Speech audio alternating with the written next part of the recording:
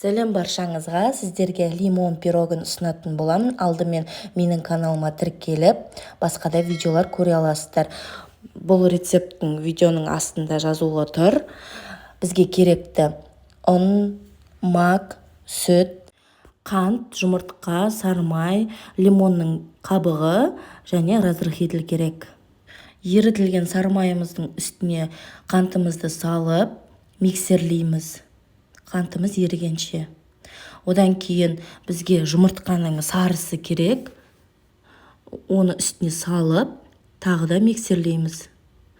Содан кейін ұнымызды біртіндеп кішкене саламыз, араластырамыз. Жақсылап араласқаннан кейін макымызды салып, кішкене араластырып, оның үстіне разрыхителімізді салып, тағы да араластырамыз. Сүтіміздің жарты бөлігін салмамызға салып, кішкене араластыра отырып, үстіне жарты ұнымызды салып, тағы да араластырамыз жақсылап.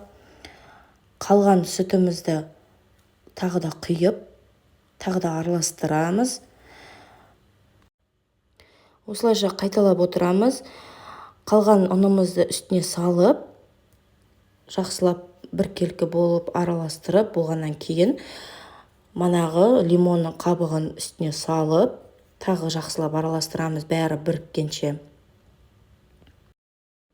Жұмыртқамыздың ақ бөлігі қалды, оны ағарғанша миксерлеп, манағы салмамызға бірге қосып, бәрін біріктіріп аламыз. Осындай біркелкі болып шығады. Пешімізде 190 градуста 45 минут пісіріп аламыз. Піскеннен кейін үстіне глазур құямыз. Ол видеоның астына жазулы тұр. Сіздер де жасап көріңіздер. Ас болсын, менің каналыма тіркеліңіздер. Сау болыңыз.